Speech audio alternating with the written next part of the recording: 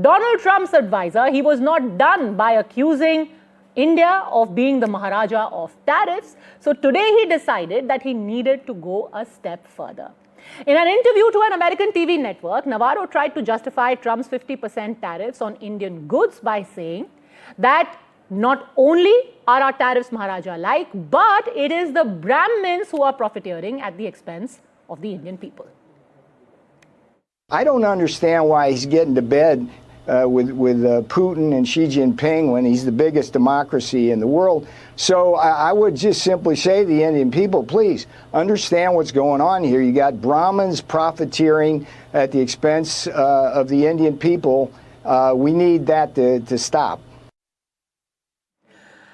Now, Navarro can say whatever on earth he wants to say, but what was truly stunning is that when Indians started to hit back, started to clap back at the Trump advisor, there were some within India who were more loyal than the Americans, than the Republicans. They jumped in to explain in detail about how he was not being casteist at all, that he was referring to the Boston Brahmins, which is a reference to the elite of the time. And Indians basically are being stupid because they are not well read enough.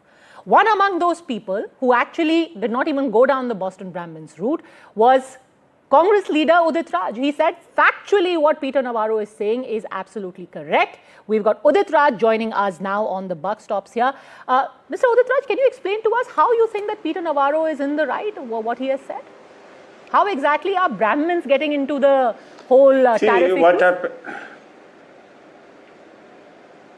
I disagreed when he said that the Brahmins are getting profits, but certainly the corporate houses are in hand of upper caste. You see, Oxfam report, what it does say, that 25% SC/ST, they share the wealth of the country, say around 3%, and OBC, they are about 50%. Their share in wealth of the nation is about 8 to 9%. So what happened that upper caste, they control the wealth and resources. That's true. That I said. Right. One and second thing is that this is correct that Ambani and Naira, these are the companies which are buying oil and refining and selling it to other countries, European countries. What's wrong in itself? So you're basically saying that even in this tariff issue, the only people who are profiteering are the upper caste. Do you have any data to bear out your claims? Why the people? Now listen. Why the people are not getting the benefits?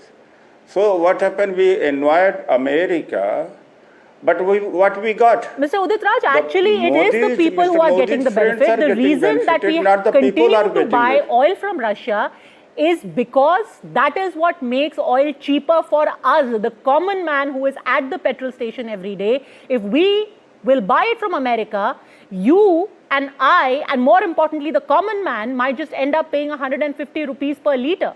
Now, if you're okay with that, fine, go ahead. Maybe we can make like categories, different categories of people who are willing to go along with Pete Navarro and Donald Trump's logic. We are talking to. Now, how can you be so dumb? How Nobody can you is dumb, say sir, like this? and I would request you, I would 1% urge you very strongly to control your language. Of course.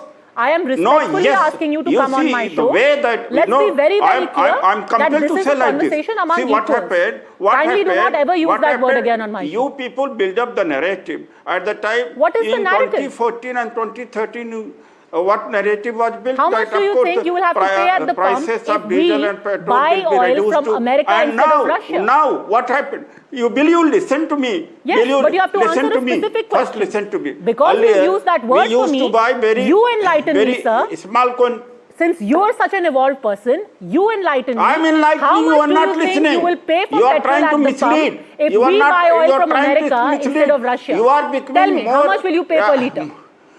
You are. If BJP people have a spokesperson, you are super spokesperson of BJP. I can understand that. See, in a few months' time, our purchases from oil from Russia has increased phenomenally. What benefit the common people have got? Tell me. the diesel and petrol prices have been reduced, have come down. Who's benefiting it? I will not. And I what will he not says do is correct, what that you at the very expense conveniently of, resort to, name calling. But actually, if you do any amount of reading, the basic Google, you don't then even of have course to go in depth. you are running You away will from the know facts. that we were actually told by the Americans to buy Russian oil because that's the only way to stabilize oil you have prices. mindset, of But course anyway, you have a sir, mindset I think to it is a support, very but convenient facts toolkit is, that most people resort to. One, name calling. Two, saying, oh, this is a BJP WhatsApp that you're quoting. No, I'm not, sir. I'm completely capable, contrary to what you think, of reading up and understanding issues. You are not capable. Since you asked a specific Even if question, you are capable, then you are not becoming honest to yourself. And I find it No, quite you are not tragic capable. that you How should can you have say to that if defend we a would have racist not American. bought As royal an oil Indian, from Russia, sir, then the last thing you the should be prices doing would have is gone defending up. a racist How are you American. saying it?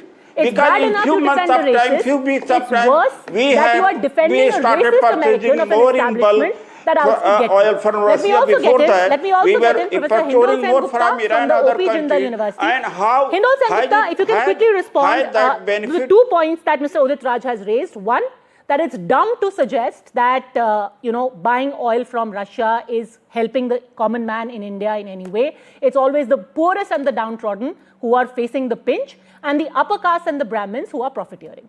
What do you say to that? I don't debate at the level of people like Udit Raj. However, I am happy to say the following. If he stops shouting, I'm happy to say the following. Who are controlling the wealth in this country, that is correct. I cannot say anything unless if one person is constantly shouting. Well, there's a very simple thing in this. I don't think this was said, this entire Brahmin thing was said innocently. This has been going on for a long time. The caste fissure is a very prominent fissure in Indian politics. This has been exploited for many, many years. This comes from the colonial period, but of course, in recent times also it has been exploited again and again. And I think there are many sections of Western intelligence here who realize that the caste fissure is one of the most potent fissure through which India can be attacked and India's growth can be hampered. So I don't think Mr. Navarro has said something very innocently, and I do not think he was referring to the Boston Brahmins. He knew exactly what he was talking about. He knew that this would trigger a caste debate in India, and indeed it has. If you look at all the prominent castes or so-called caste handles on social media, they've immediately picked this up. And this was all concentrated. I don't think any of this is an accident. Also, by the way, I think really some people should go and check for all the screaming and shouting about how it's benefiting billionaires and so on and so forth.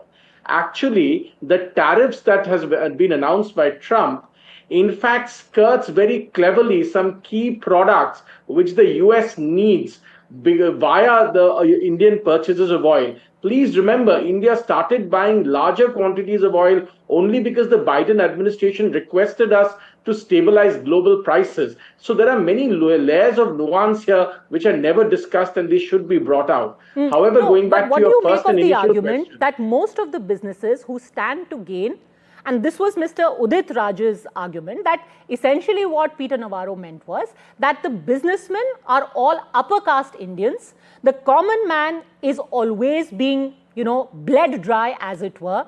Even the benefits of cheaper oil never percolate to the man on the street. And that's why he was There's a fundamental and basic lack of economic understanding in this argument. If the price of oil goes up, please ask anybody who says this to do the calculation. I don't think even Peter Navarro has done this calculation. If India stops buying oil from Russia, entirely stops buying oil from Russia, there's already an embargo on Venezuela, on Iran. If this actually happens, what will be the global price of oil and what would be the impact on prices on everything in India, and who's going to suffer from the impact of that inflation? Please make that calculation. I do not think people who are shouting and screaming on your channel know this at all or understand this at all. They should calculate how prices will go up and what will be the impact of those high prices, which is going to be tragic and absolutely devastating for many economies, including India's economy. Please see what has happened in Bangladesh because of this inflation. The same thing was going to happen to us.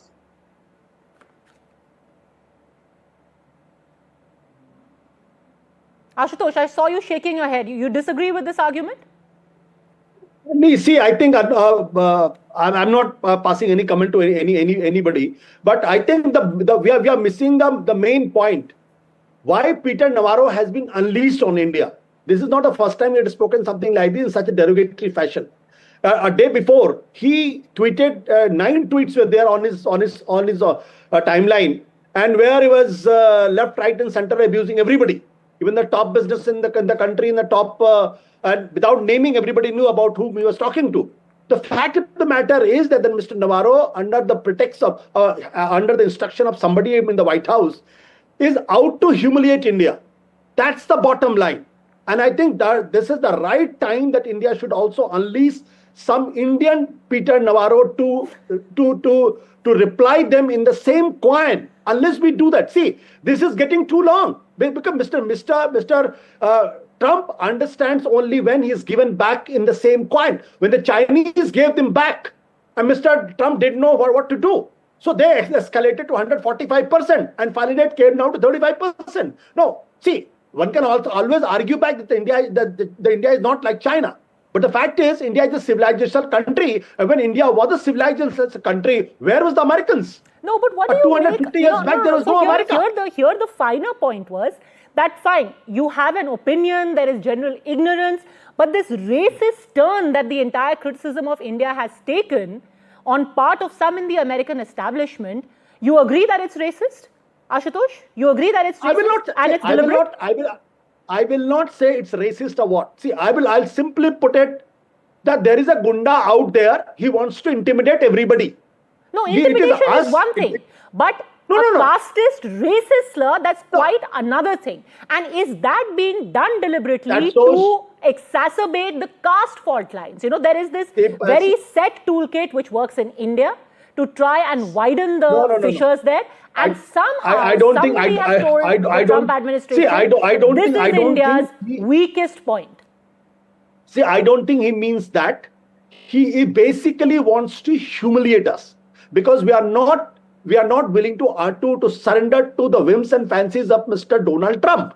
The fact of the matter is that India needs to reply back in the same coin with the same ferocity of words. Only then he will understand. I don't say that Mr. Narendra Modi should come out, but I think we should invent an Indian Peter Navarro who should give back to Mr. Trump in the same coin. Only then he'll understand.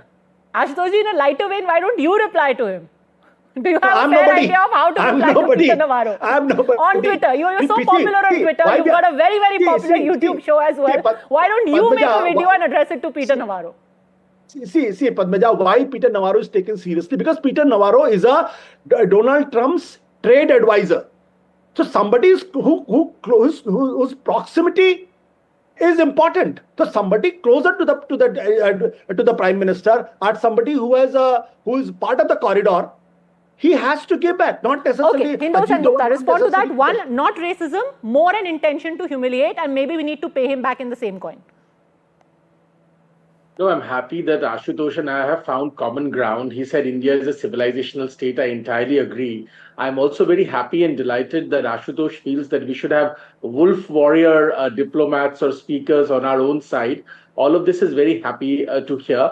However, I have only one contention. Number one, I only disagree with Ashutosh that I think this is a deeper malaise. This has been going on for a long time. And as I said, Padmaja, this caste fissure thing is being stoked again and again. And I think this is being done deliberately.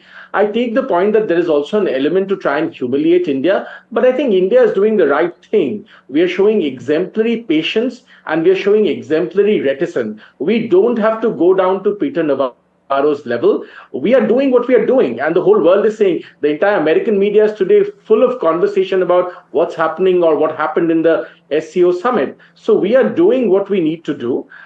Should we be more aggressive? That's a decision for the government to take. My only disagreement is that this caste fissure is definitely being stoked and nudged again and again. And I do think that there are people in India who are taking the cue immediately to try and stoke this. And this is very bad news. This has always been bad news, and this continues to be bad news. I don't agree with him. See, in diplomacy, sometimes it doesn't pay being a nice boy. You have to be nasty at some point of time. The Iranians have mastered the art. Even after being attacked by the Israelis and the Americans, and Ayatollah Khamenei has given them back, left, right, and center. You know, sometimes these people, they understand when they are attacked in the same coin. See what anyway, Americans, the Trump is not doing any favor to us. What he is doing, what he wants to do. So Okay. whether you be a nice boy or the bad boy doesn't matter. Okay, that's one point of view, but many people would also say that the picture of Vladimir Putin, Xi Jinping and Prime Minister Modi today in Tianjin is worth much, much more than any Navarro-like rant from an Indian figure. Listen, India knows how to respond. India will respond in its own way, in its own time. But one thing is absolutely clear, that if Peter Navarro thinks that he is going to stoop that low to take up a casteist line, insult India and get away with it unchallenged, well, on that particular assumption, the buck stops here. Thanks very much, gentlemen, for joining me here. Taking a very quick break, more on the other side.